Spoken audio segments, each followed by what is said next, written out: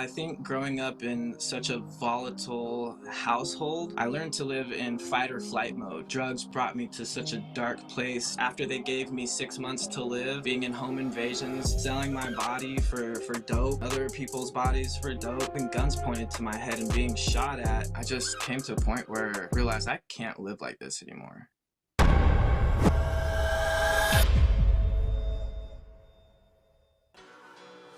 All right, what's going on, everybody? That was tonight's guest, Quinn Stone. I'm Daniel Unmanageable, and this is Hard Knocks Talks coming at you from Saskatoon, Saskatchewan, Treaty Number 6 territory and the traditional homeland of the Métis people. Let's bring in Quinn. What's up, homie? Up? How you doing, Daniel? I'm doing well, man. I'm doing well. We got a lot of people in the chat tonight. We got a lot of names on the wheel of lessons. I saw that. That's freaking amazing. I'm so excited. Yeah. We're going to try and start doing that more often, giving away t-shirts and giving away stuff just to get people more involved, you know, build community and make everybody feel welcome. But enough about that. Is there anything that you would like to say before we get started tonight? Well, I'd like to thank you for giving me a chance to get my word out there, and hopefully we can work together to stop this stigma, help each other, support each other with whatever form of recovery that you follow. And I think that I'm just very grateful to be in this situation and in this position to be able to reach so many people and speak out about our journey. And I'm just very grateful. So I want to say thank you. All right, man. And thanks so much for being here. And having said that, let's go. This is Hard Knocks Talks. All right, before we dive in, I just want to let our viewers and listeners know that tonight's live production is sponsored in part by Prairie Harms Reduction in Saskatoon, Saskatchewan. Quinn, say Saskatoon, Saskatchewan. Saskatoon, Saskatchewan. I almost had it. It's okay. Saskatoon, Saskatchewan. It's okay. I can't say Massachusetts either, so we're good. Massachusetts.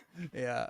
So, we got a little snip of your journey in the hook a moment ago. Why don't you start at the beginning? Tell us a little bit about what it was like growing up. Yeah, absolutely. Thank you.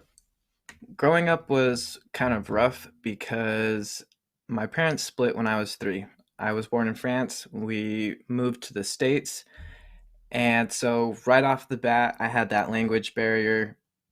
I was 4 years old when we moved to the States. And I was that foreign kid with the accent. So it's kind of hard to make friends early on. About the age of 6, I started being molested by my neighbor, and my brother started running away, which was the only strong father figure that I had. My mom, being a foreigner, started to work as much as she possibly could to live the American dream, which left us to our own devices as kids. And I didn't really ever learn very healthy coping mechanisms. I had to very oftentimes be very observant of the people around me, because I also grew up in a home where my mom was being beaten and abused. So she would say things like, "Hey, everything's okay," but she'd have a black eye. And so I had to be very observant of people and their mannerisms and their micro expressions. Is my stepdad walking in? Is he drunk? You know, after this, is he too drunk where I need to stay out of his way? You know, is he angry? Is he on, you know, some other kind of drugs? And it was just a very volatile and unpredictable situation growing up. So when you were growing up, when from a very young age, and having witnessed this behavior for as long as you can remember, would that be a safe assumption? Like it was just always that way? Absolutely, yeah. So at what I'd point say, did you well, like I tell mean, us not right when we moved to the States, but very shortly after things got very turned dark. Okay. So did you think that was normal at the time? Yeah, yeah, absolutely. When did it start I to become apparent? When did it start to become apparent that it wasn't normal? Was it like one day, like when you went to a friend's house and realized that things were different there, or how did that play out? I think I think once I actually was able, I don't know, I guess maybe around 10 years old, when as a growing human, you start to pick up on things like, hey, there's a reason why dad's not here. There's a reason why brother's going to jail. When you're 6 and 7, you don't really understand those things. You see them happening, but you don't really understand those things. So it's really when I started to understand what was going on around me, probably around the age of 10, where I was like, hey, what happened to me is not a normal thing. How did you how did you handle that at 10 years old? I think I was very lost at that point, and at 10 years old, it was still happening around me, so I didn't much I just learned to adapt to it, and I just accepted that as life. I was like, well, this is just my life and this is how I have to live, so Mm. So you started realizing these things were not right at 10 years old, but you didn't really start using substances until you were 15. Tell us a little bit about the first time you used substances. the first time I used substances, well, the first time I smoked weed, I was 9 or 10 years old with my brother, but I didn't touch it again until my teens. And I think it was into my teens that I started really analyzing what had happened to me as a child, with the sexual abuse. And that's when I started to really get depressed and lose a lot of my self worth. And so when I rediscovered, I guess you could say, in when I was 15, and I started to use substances as a way to get friends. It wasn't even really that I was looking to get high at that point. I was looking to make a connection. I was looking to, because I didn't know how to make friends. I was always moving. I didn't really have any good social skills. I was an introvert, and I just wanted to make friends. I just wanted to feel like I belonged somewhere. So that was really what I started off by chasing. It wasn't even necessarily the drugs. Yeah. It So was you were more so the feeling of community. you were always the guy with the weed or what? Yeah, it ended up being that way once I found out that I could attract people by having something that they wanted. I started carrying everything. Started carrying pills and weed and coke and everything under the sun, just so Mm. that I could get that false sense of, hey, these people are calling me 24/7. They need me. Mm. They like me because they won't leave me alone, which, as we know, is gone the moment that you You don't said, have what they want anymore. yeah. So you did pretty good in school though, and as well, when we were talking the other day, you mentioned that half your class was on drugs, your graduating class, and the class did quite well. Why don't you tell us a little about that? Yeah, it's interesting. So I'm now 36 years old. When I graduated, it was 2004. Was in my I don't know, maybe it's just my perspective, but back in 2004 was kind of when ecstasy was really popular amongst high school kids. It I kept seeing things on the news like, oh, this new street drug is burning holes in people's brains and things like that. Oh, let's check that But out. yeah, right. But ecstasy, its base chemical is methamphetamine. So I mean, we were all on ecstasy. I remember we had a party the day before the SATs at my house, and everybody was there, was doing some kind of drugs, and we all had this test this next morning, and everybody knew it, and most of us made it, and all of us scored really, really well. And I got the third highest math score in the entire school, and our school as a whole rated like the 10th, or I'm sorry, the top three in the nation. It was pretty interesting, Wow. but we were all on ecstasy taking the test. second So highest, go second highest figure. SAT in the nation, and everybody was messed up. Yeah, but Yeah. So, that was the thing back then, is going to school messed up. hmm. Yeah, well, and I did too, and I didn't do good, but I've just like so I've got a rubber duck for how's that for a random thing to just suddenly have in my hand? So, anyways, there's a story. There's a bunch of ducks in my studio here, and just like completely gonna derail the story here. But yeah, my mom gave me three little ducks to put in a row, so I have my ducks in a row, and then I'm gonna put them out of my reach so I Nice. don't play with them. So, I anyways, like the little 8-bit ones, yeah, the yeah. little square rubber ducklings. hmm So after high school, you moved out.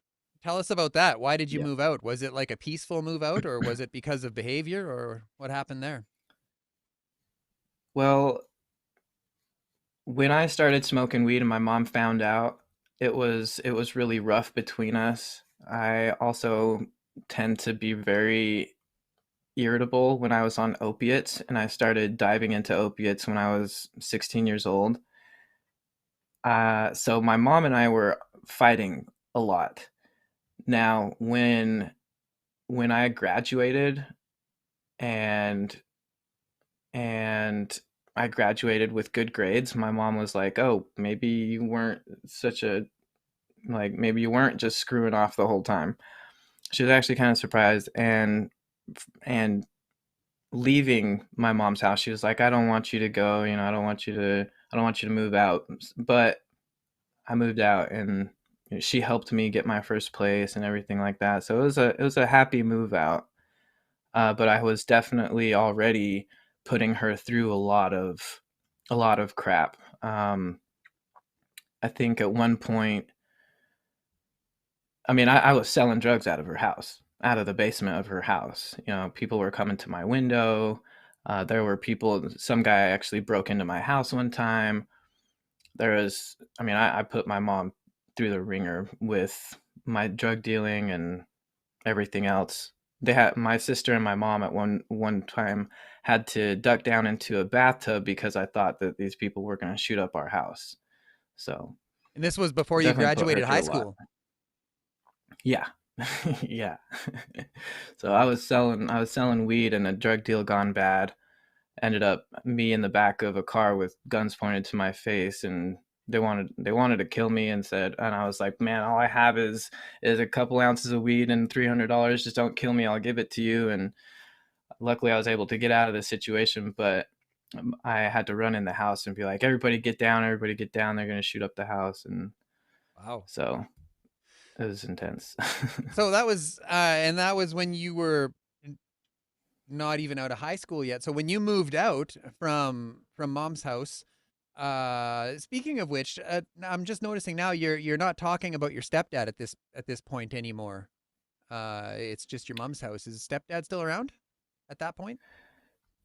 So the abusive stepdad was my little sister's father, and they separated before when I was in 7th grade.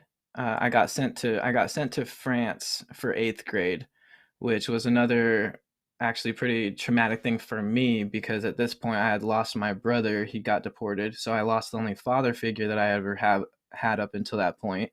And then at 15 years old, when I'm going through it and I'm getting all these, this is really when the depression starts to set in about my sexual abuse and domestic violence that happened previously. um my mom decides to send me off to France for a year to live with my dad that I have no relationship with. So now my mom, the only stable parent that I've ever had in my life, is now telling me, "Hey, I can't deal with you anymore. Like I'm sending you off to live with somebody that you barely even know."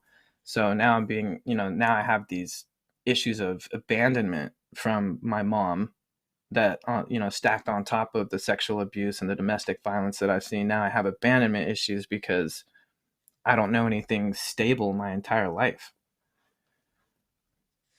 So moving ahead now, when you moved out, tell us how your life changed when you moved out from your mom's house onto your own. Did things get more stable? Did things fall apart faster? It was a roller coaster.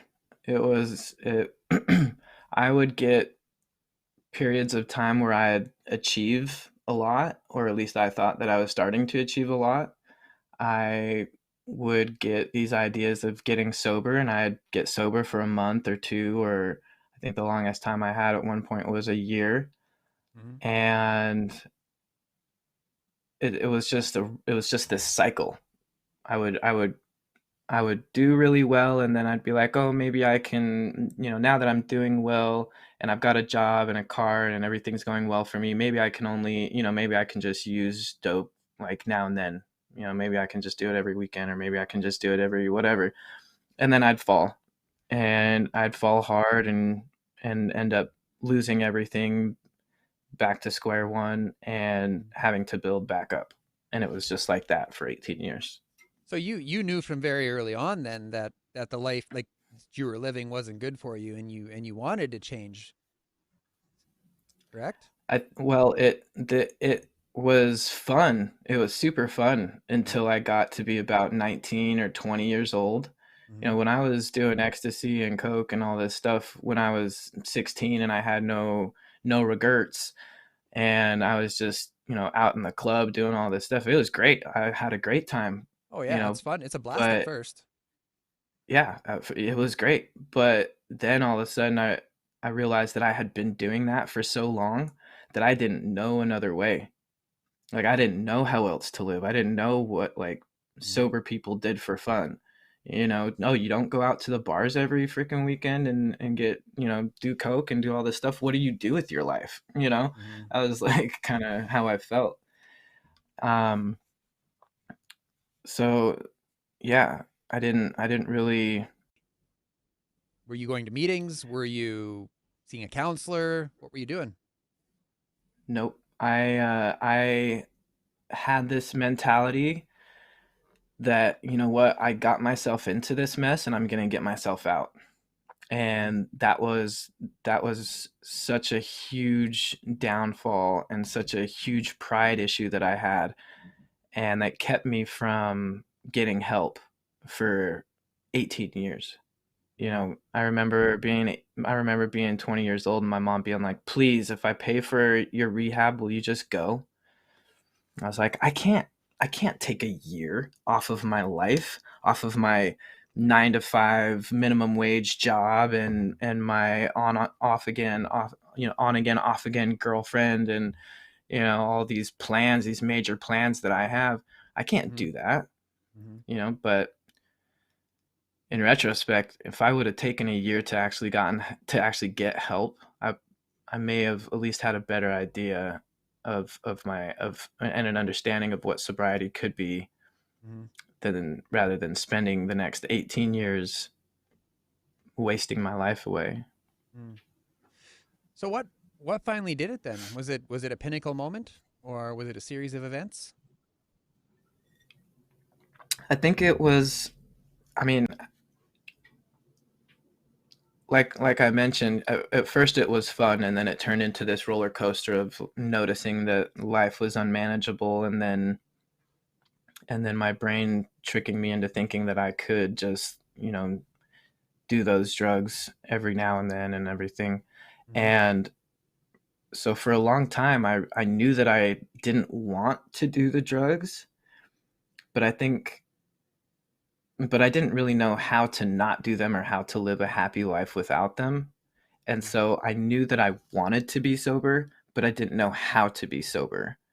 And so that's why it kind of was up and down all the time, is because it was like, man, I get into these low depressions, I lose everything, I hit rock bottom, and I'm like, man, I really got to get my life together. And then I would start to, I would say, okay, well, to get my life together, I need to, detox, and then I need to go get a job and get a place to live and build relationships with my family and all these things. And I have these steps, but it was really just an idea of what I thought I needed to do to get sober, but I had no idea what it took to get sober.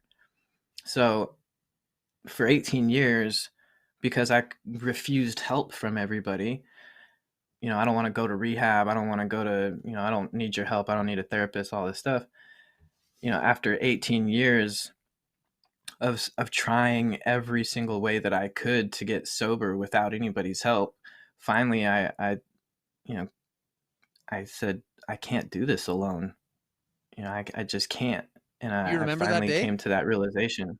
Do you remember Yeah, the day? absolutely. Tell us about Absolutely. that realization. Now, did it feel like a weight piled on when you realized that you couldn't do it alone, or did it feel like a weight It came was, off? it was, it was heartbreaking. It Mm, broke me. It mhm. broke me to,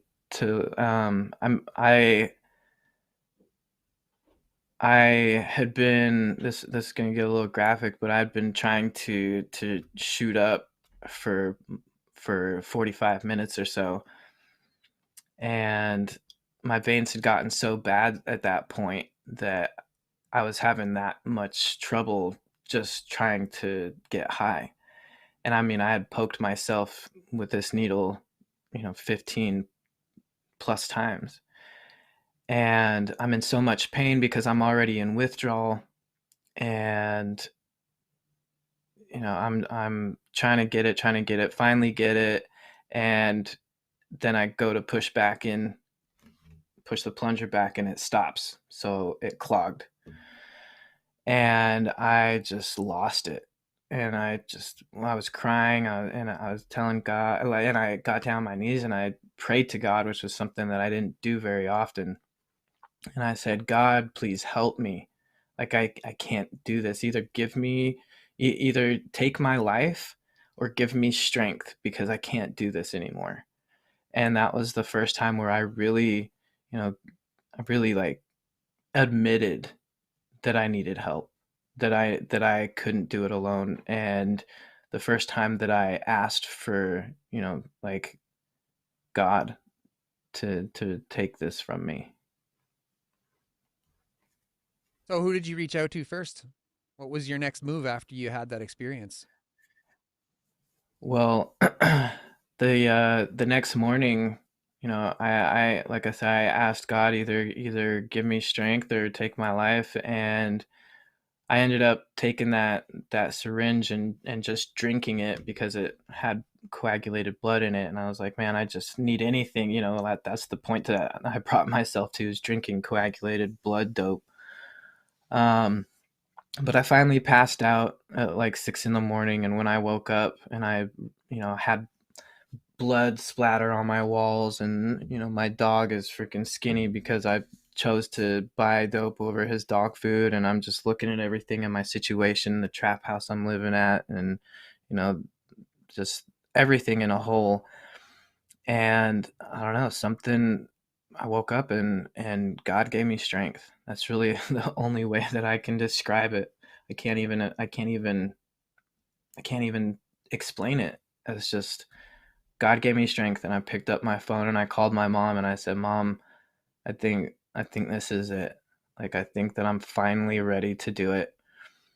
And I went and got sober at my sister's house for 30 days. I got sober, or I smoked marijuana to get off of everything, but um, I did a 6-day Suboxone taper, and then I got sober. And after about 30 days, my mom, she always had this expectation that everything should be better after 30 days. Yeah. Okay, it's 30 days now that you've been clean. You need to get a job. You need to start doing this, and here's your responsibilities. I need you to start cleaning and do da da da. Da. And it Mhm. all became a lot for me. And she's like, you need to get help. Like, you need professional help. And I was like, okay, let me go to like a sober living or something. I went to sober living. I was sober off of everything except for caffeine and nicotine for 9 months.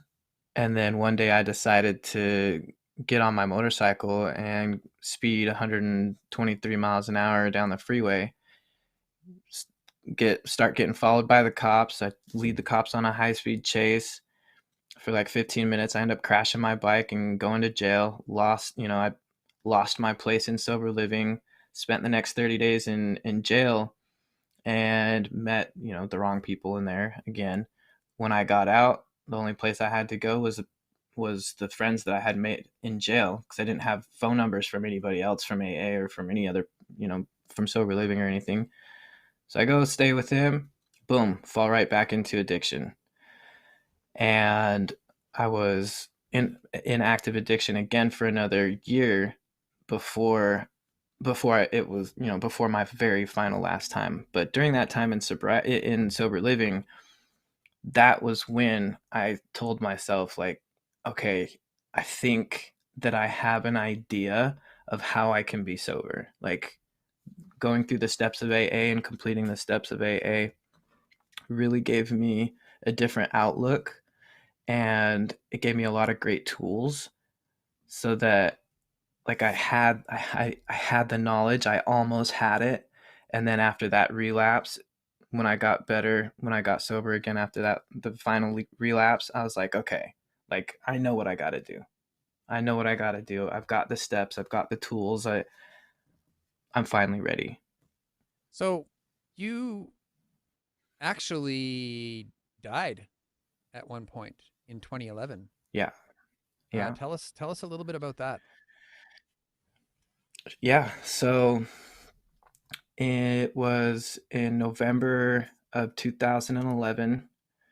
I was selling dope out of my mom's house. She was living in Georgia. I was living in Utah. My fiance at the time just got out of jail. And, like, literally the night before, she just got out of jail, and she had been sober for the whole time that she was in jail, obviously. It was like 9 months or something. And she gets out of jail. I'm living in an empty house, which is my mom's house, but she took everything out of the house, and I was living in this house selling drugs out of it and all this other stuff. And for a few days I was urinating quite a dark color. I was like, oh, that's, sometimes that happens when, I do black tar and whatever. So I didn't think much of it.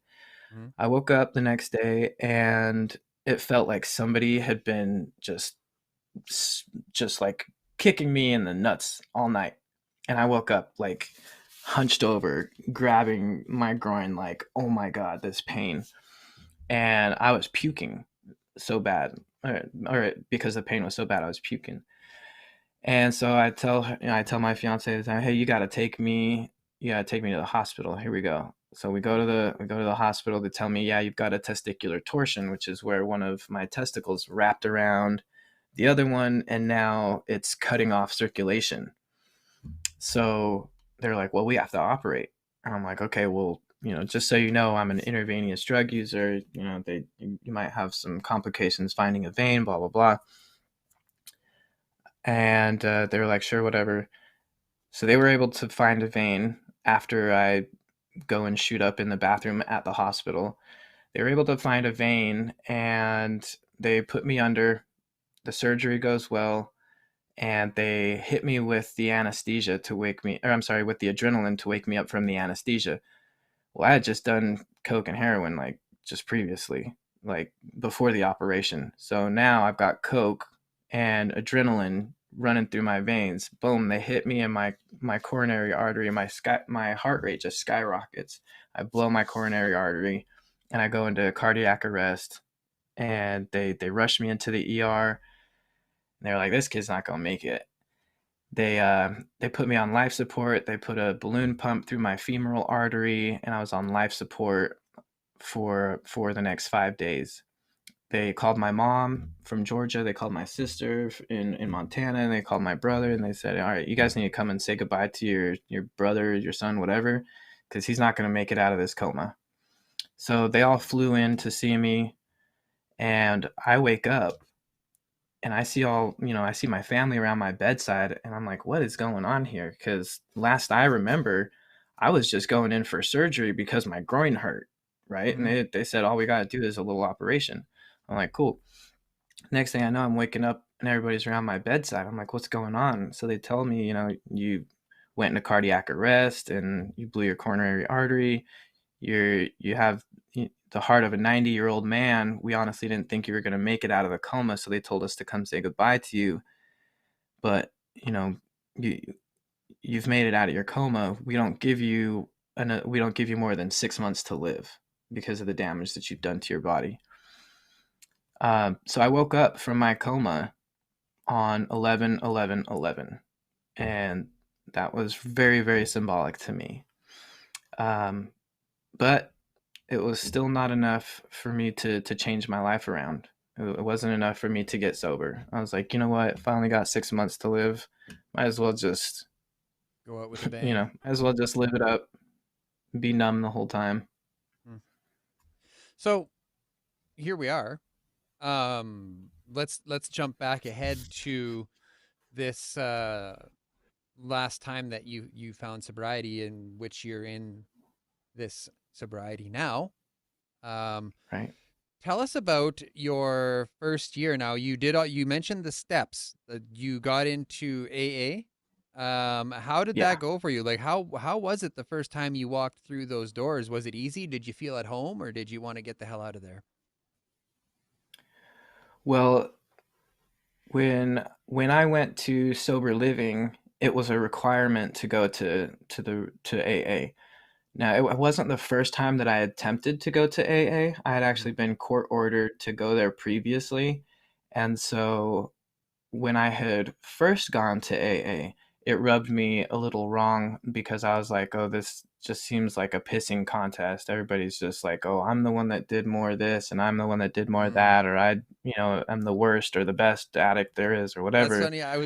Um, We were just talking about that last week. The competing war stories. Like, like I right. caused the most damage. No, you didn't. I did, and I did the most blow too. And it would just, yeah, no, that's a thing. And I used to do that all the Yeah. time. But Or yeah. who So was the anyway, most successful for the longest. yeah, yeah, How yeah, did yeah, how did an ounce of blow a day for 3 years before it all came crashing down? yeah, yeah. I'm the best at being bad. Right. Yeah. So. But so that's what I thought. That's what I thought originally when I first went in there, and I found a way to scam myself into getting out of the court required AA meetings. But when I went this time and I was required to go, somebody told me something, and they told me, man, just listen. You don't even have to, you don't even have to say anything. You don't have to participate. Just listen. And if what is being said doesn't vibe with you, then it's not for you. Like, wait until you hear something that you vibe with, and that's for you.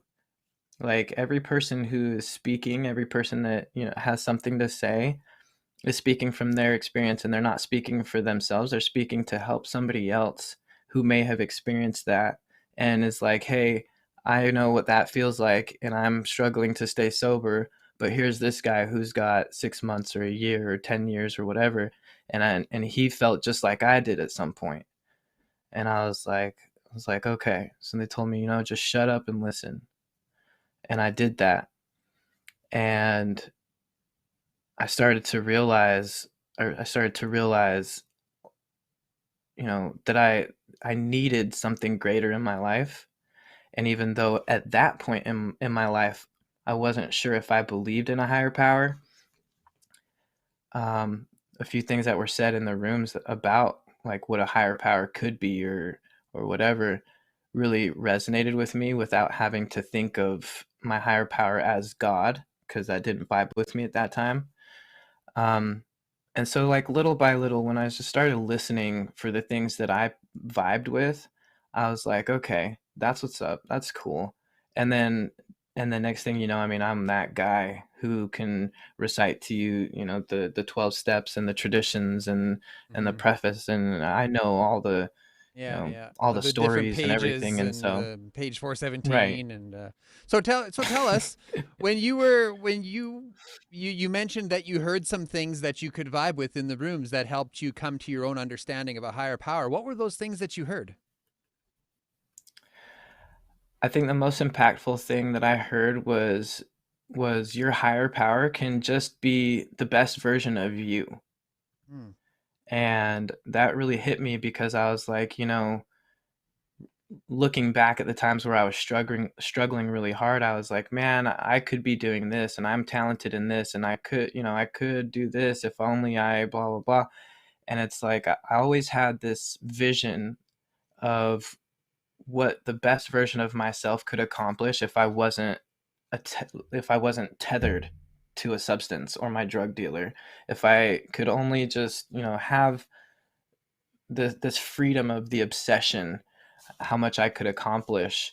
And I always wanted to travel the world and do all these things. And I kept looking at that as my highest life path. Like my Hmm. highest life path gets to travel the world, and they get to have good relationships, and they get to have somebody who loves them and cares for them, and build a relationship with, a significant other, and have a family and all these things. That was my higher life path. Hmm. And so my higher power was the best version of myself. And for me at that time, it was like, yeah, I can see that. Like, why So wouldn't the best version of myself want the best life for me?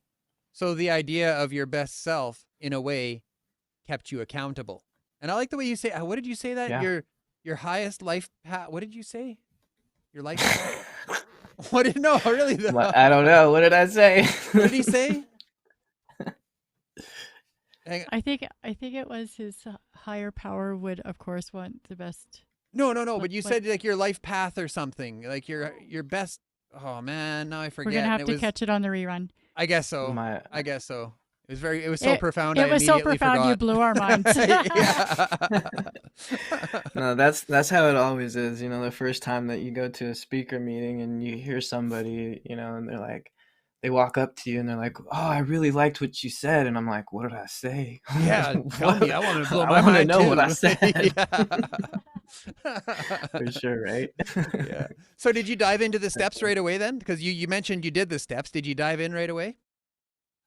Well, it was a requirement for sober living. So yeah, I think it was after day 5 or something. You had to make one meeting, or what was it, 5 a week or Mm-hmm. something. So you had to do 5 within 7 days. So yeah, yeah, probably a week or so after. I mean, I'm gonna be honest. I saw this really cute girl in AA, which Mm. I know is terrible for me to say, but once Mm. I saw her, and I knew she had 9 months, and I was like, man, this girl is not going to want anything to do with me. I've got like 60 days, I was like, you know what? I'm going to be the best damn AA Bible thumper that there ever was. And I'm going to impress everybody by how sober I can be. Yeah. And so, yeah, I like dove into it So it went for from sure. it went from the best at being the worst to the best at being the best. I mean, it was all terrible.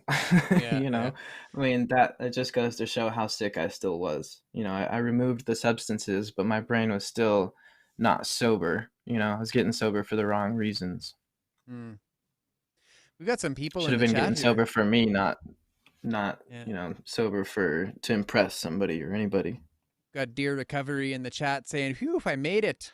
Hey, my fellow recovery warriors." Dear recovery, Adriana, how are you? Yeah. She's So, also a recovery content creator. oh, excellent. I can't really have enough of those. It's yeah. I know I recognize the name, and now that I have it has come directly in front of me, I definitely will go and check out your page, Dear Recovery. For sure. Heck yeah. Yeah, it's Um really awesome because I noticed when I started making videos on TikTok about a year and a half ago, I didn't see a whole lot of people speaking up about medical assisted treatment or cancer recovery or even being accepting of other forms of recovery. mhm. And I was just watching, I was just kind of scrolling through TikTok the other day, and then it seems like my For You page is just a bunch of people talking about, hey, we support, all forms of recovery, and even though I'm abstinent, and even though, whatever, like, and I think it's just amazing. It's amazing how loud we're coming out about Mhm. recovery in general, and being accepting, so that people don't have to hide or be or be shamed or fear judgment from other people for the way that we recover. So I'm very grateful. And the narrative is certainly changing. I mean, the pendulum used to swing very far one way and then very far the other way, right? It would be like, we should all Right. have as much drugs as we want all the time, and then the other side would be like, there should be no drugs at all ever for anyone, and if you do drugs, you're gonna die. You know. So, but it's Right. over the past few years, it's definitely like the pendulum is swinging a little bit less and less, and I think the conversation is becoming more and more productive as far as finding a safer way to live. You know, we're not talking about, Yeah. abstinence based recovery being the best way anymore. We're talking about the drugs are killing people out there. And if somebody can Yeah. smoke marijuana and live a productive and fulfilling life, then puff, puff, man. Like, that's how I Right. feel about it. Abstinence works for me. That's good. And I'm happy with that. But, and especially Hmm. since COVID struck, that's when I really, because Yeah. I mean, I'm a program guy too, right? And I love the program, but I was under Hmm. the impression early on is like, this, you got to do it this way or you're not going to make it. But yeah, Right. I'm the conversation that we're hearing across many lines now is it's it's changing, and I'm really grateful for that. So, Yeah, anyways, absolutely. that's my rant about that. Yeah, I think that we got to a point where it was killing so many of us Hmm. that we just, we all just got to a point where we're like, hey, you know what? We don't even care if you're smoking weed. Like, just don't die today, please. Hmm. Like, the fentanyl epidemic is just so crazy, and there are no second chances anymore. You don't get that second chance of coming out of Yeah. rehab or a 30-day program or detox or something and going back to using again, because fentanyl is in everything. And doing any amount of fentanyl when you have no substances in your body, I mean, the risk of overdose is just insane. Yeah. And we just don't have that luxury anymore. Hmm. A friend of mine was smoking fentanyl off of some tinfoil. Never in my life have I ever seen somebody OD off of smoking it off of tinfoil. And this guy ODs right in front of me 3 different times in that weekend. I had to give this guy mouth to mouth and do chest compressions to bring him back. Like, I'm not even kidding. This he Hmm. in the back of the van in the hotel, and in our apartment, he's just off of smoking it. One hit. One hit. And each time he was like, "Oh well, I just won't take a bit as big a hit. I just want." Every time, Gotta I'm like, go. "This is insane." Yeah. Yeah. Rock bottom is definitely a luxury that not enough of us are being afforded these days. So, Yeah, that's for so sure. tell us more about your experience with the steps. I mean, you had to do them. Did you buy into them, or was it just compliance to get through them? No, I absolutely 100% was all about it. Besides step 4, Mm. I was very reluctant. I was very reluctant. So at this point in my journey, I was still not comfortable sharing my sexual abuse as a child. Hmm. And when I was when I was asked to find a sponsor, I picked the person that I was hoping would be my sponsor, and he said yes, even though he had a lot of people who were, gunning for him. But I had a couple other people who were like, hey, you got to take this kid under your wing. He's going to make it. He's going to make big moves. He's doing everything. Like, you've got to. So he Hmm. took me under his wing. And then, like 3 weeks later, like 3 weeks into it, we had only met like once or twice. And he was like, man, I'm just so swamped. I can't do you on as a sponsee. Would you mind going to this guy? And I was like, yeah, sure, whatever. And so now I'm waiting on this guy to complete my third step or my fourth step. And it comes to, talking about all my resentments and everything. And I'm like, I can't tell this guy about my child abuse and, all that stuff. Like, I don't even know this guy. I don't feel comfortable. And so I didn't do my fourth step. Like, I did it, but I left out a lot of things. And, as you know, that's, we can't hold back anything. Um, and so, I had to go back and do my fourth step again, with a different sponsor when I got to a different place. And it, so it was rough for me to tell my deepest, darkest secrets to somebody that I didn't trust.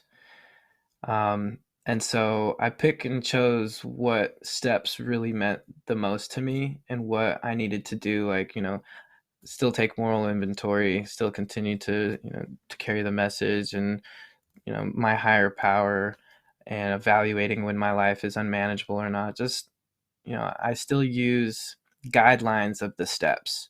I might not be 100% whatever, um, but Was was there a particular point where the rubber hit the road for you?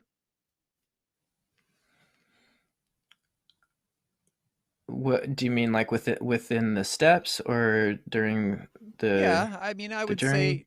I would say, like, was there a specific part of the steps that really resonated with you that you definitely took something away from above all else?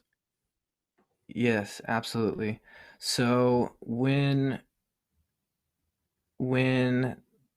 they would mention the higher power, and in the 12th step, they say, after having had a spiritual awakening through the results of these steps, I kept looking for that spiritual awakening.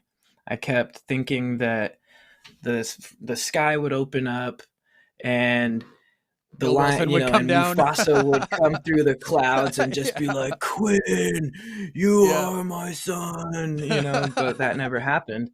Oh. And so I'm like, des- so I'm desperately looking for a spiritual awakening, because here I am, I've removed the substances through the 12 steps, and yet I still, the obsession has not left me yet. And so I'm like, man, why is it that I continue to crave? Why do I continue to crave this obsession of escape? Like, I want to be relieved of the obsession. I don't want to just cut out drugs and alcohol and never look at them again, because I'm gonna walk by the freaking grocery aisle that's gonna have beer, and I'm gonna walk by the street corner that's got some dude peddling dope. I don't want to just force myself to not be on drugs. I want to be relieved of the obsession. And it says here to that you're capable of a spiritual awakening. And I was like, what is this spiritual awakening that he's talking about? Like, that to me, that was like, that's it. The spiritual awakening is the relief of the obsession. How do I achieve that? And me personally, I have mental health conditions that have, been suggested that I take prescriptions for. And I thought to myself, well, if I'm on prescriptions, is this considered sober? Like, if I'm on Wellbutrin, does that still mean I'm sober if it's prescribed? Well, what's the difference if I take Wellbutrin than if I take Lexapro? Or what's the difference if I take Lexapro than if I take, whatever other mental health medication? Like, if I need medications for my mental health and I'm still sober, like, where does the line get drawn? Like, like, am I sober if I take Suboxone every day?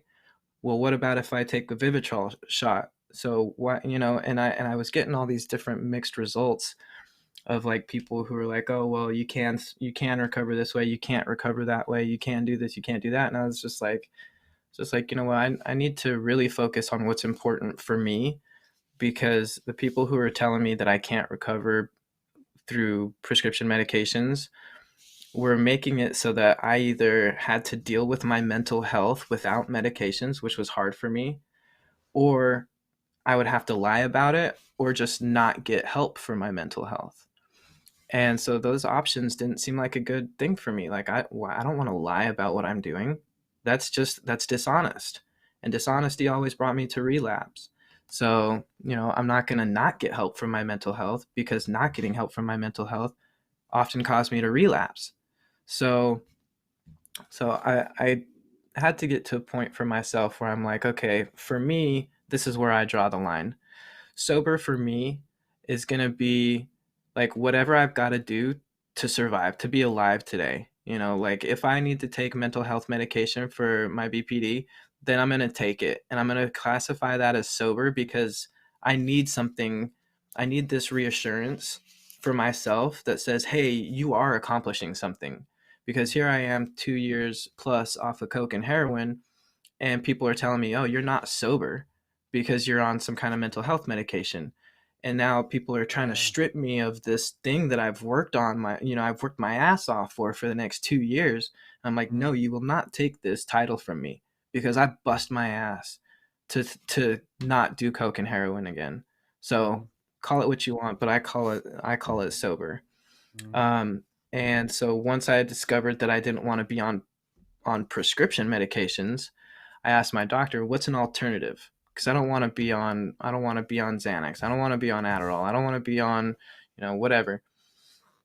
And here in Massachusetts, medical marijuana is legal, and so is the recreational use of psychedelics. I started reading a lot about microdosing ketamine treatments, microdosing psilocybin and LSD and MDMA, all these different research studies that they were doing. And I said, okay, I've experienced mushrooms a lot as a teenager, so I know my way around it. And I see all these benefits for mental health conditions. I know I have mental health conditions. I also know I don't want to be on prescription pills. So let's try it. Let's try these alternative medicines. And I found that for me, it works. For me, my anxiety, my depression, my OCD tendencies are greatly diminished when I microdose. And I was like, hey, you know what? This is an alternative to having to take a pill every single day. And smoking medical marijuana, that's an alternative to me to having to take a Xanax every day. And some people don't call that sober, and that's okay, because for me, that's what's keeping me on track. That's what's Mhm. keeping me alive, and that's what's keeping me from going back to relapse. Do I want to eventually quit doing that as well? Sure, if that suits me. Um, if it doesn't, then I'll continue to do what I'm doing to stay on the right track. You we got a comment coming in here. I already put it up, but I'm gonna put it up again. Jasmine, thanks for the comment. Jasmine says, I have found dual diagnosis meetings to be my safety, where we are supportive of medication as prescribed by a doctor. I have mental illness and need my meds. Thanks for sharing that, Jasmine. Thank you for sharing. Yeah, So do you? absolutely. And that's another thing that I discovered, is that a lot of the people in the rooms are also dual diagnosis, Mhm. but a lot of us are having to hide that we take prescription medications in fear of judgment, of, that people will label us as not sober. Mhm. Um, so, talking to, being a sponsor, and being a I don't even remember what they call it, like a house lead or whatever in sober living, all the Mhm. people that I, had to watch them get their medications prescribed or dispersed and all this other stuff. It's like, man, a lot of these people are on medications. A lot of people don't want to talk about it, but a lot of people in the rooms are already on medications, and either they don't want to talk about it, or they're not saying anything about it and still claiming abstinence. Mhm. So, So do yeah, you? it's tricky. Yeah, yeah. Do you ever? How do you feel about what you're doing now? Like, are you completely comfortable? Like, can you sit here in front of everyone and say that you are completely comfortable with the microdosing with that you're doing with the marijuana that you're smoking, or is there still a part of you that's like, it still rubs you the wrong way a little bit? That's a great question, because there's been a few moments that I really had to observe Mm-hmm. why I was using those substances. Mm-hmm. And it was really that realization of like, okay, this is a medical thing and this is a medical thing, but this is looked down on and this is not. So why am I judging my own recovery? Like why would it be okay if I take a prescription Xanax and not okay that I take a prescription weed? Like I mean, Mhm. it's the same, it falls into the same category. Mhm. And so once I started to smoke medical marijuana for my mental health, and then I started getting into microdosing, I really had to I really had to have a different level of self-awareness and sit back and ask myself, "Hey, are you wanting to do this because you know that you need help for your mental health, or are you doing this because you want to escape your reality? Like, are you doing this because you want to get high, or are you doing this because you want to get help?" Mm. And to this day, I will deliberately not smoke if I'm upset. Like, I get off the phone, I'm upset about something, hang up. Oh man, I just want to smoke a joint.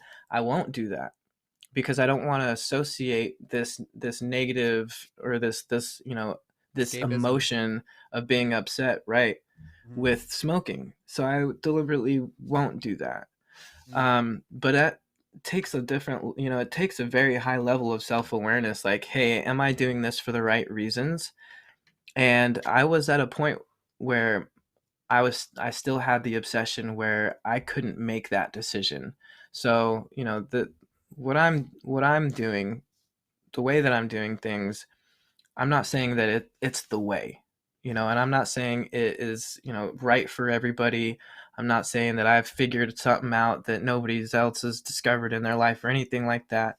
I'm, simply sharing what has worked for me to just not be doing home invasions, selling my mom's TV and manipulating everybody left and right and gaslighting and do. This is what I do to live a life that is manageable.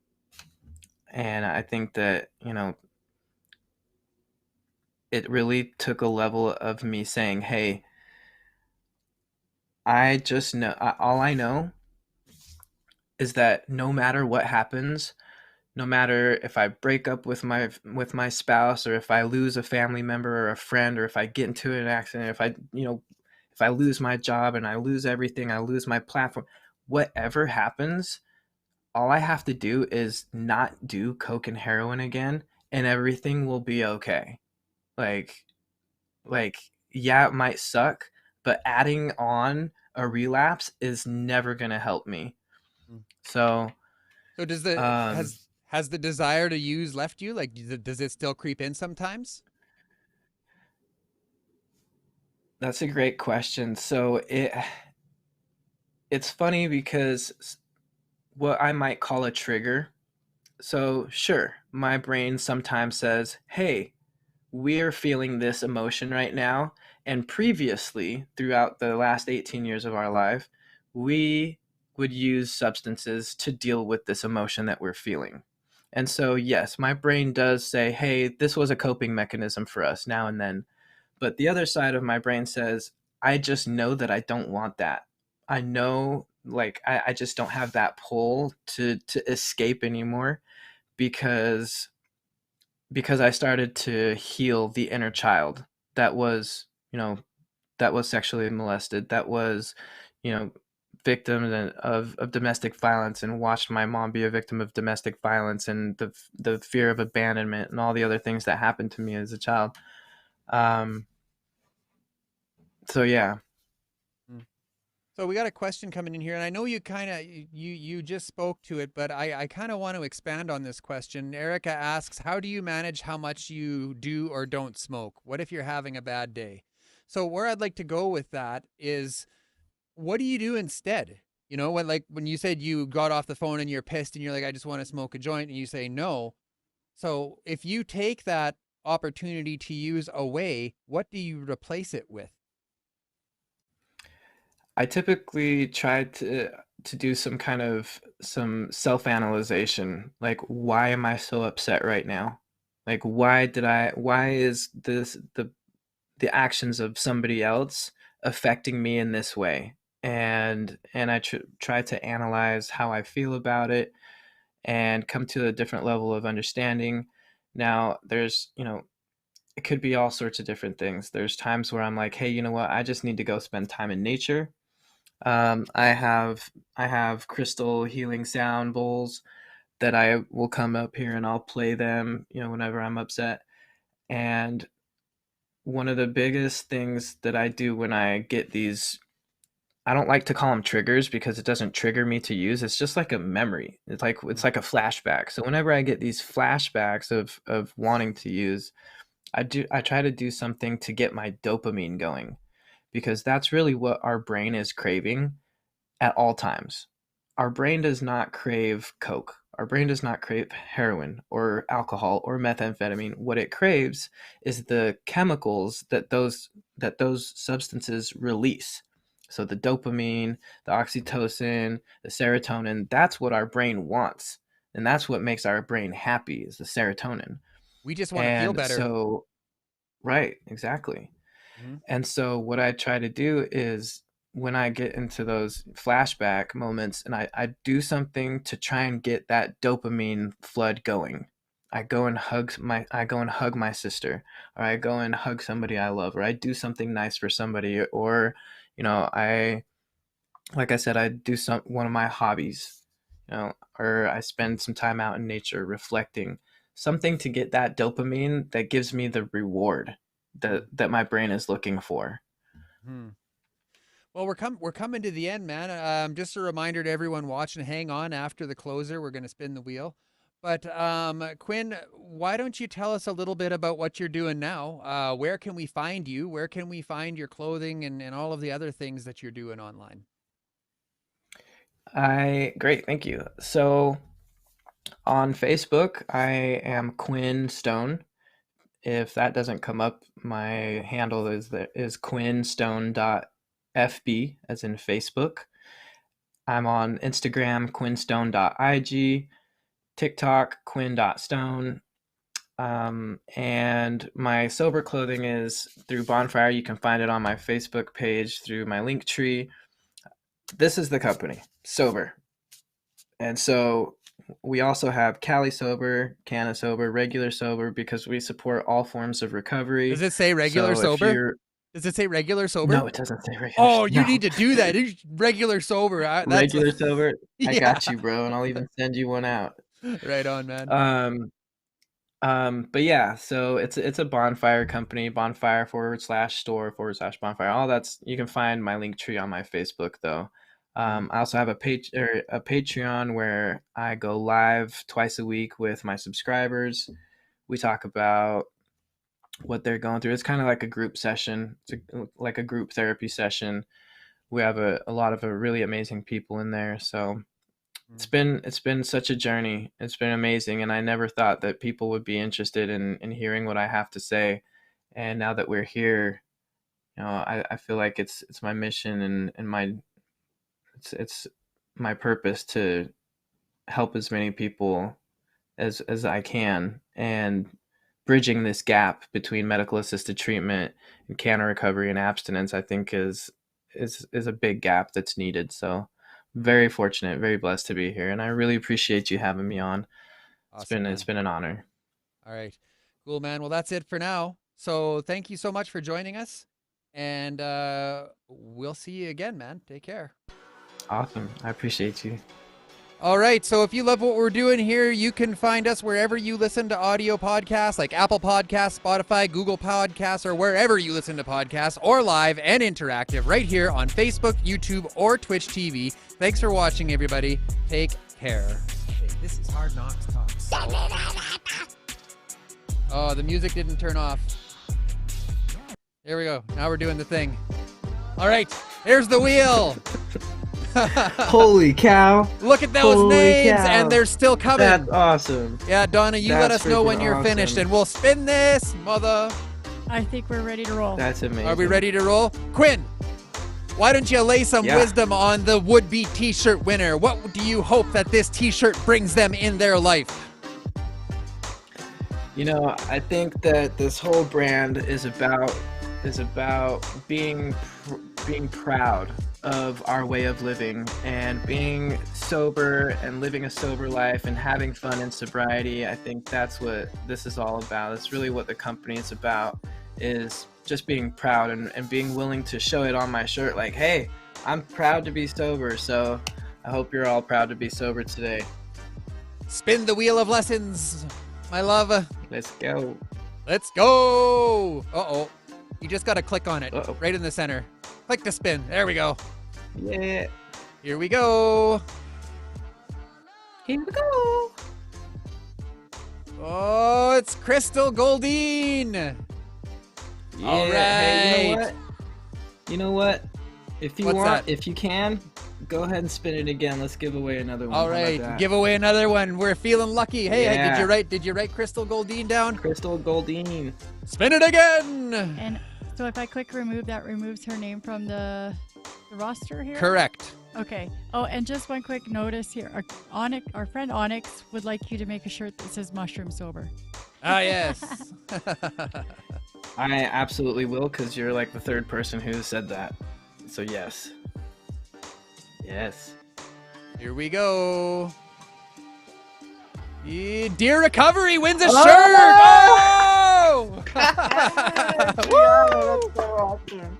All right. That's so awesome. The complimentary shirt goes to Dear Recovery. All right, my friends. Congratulations, everyone. Adriana. Okay, Quinn, it's been a slice. Everybody, it's been a slice. Thank you for all the comments. Thank you for participating in the contest and watching tonight. Until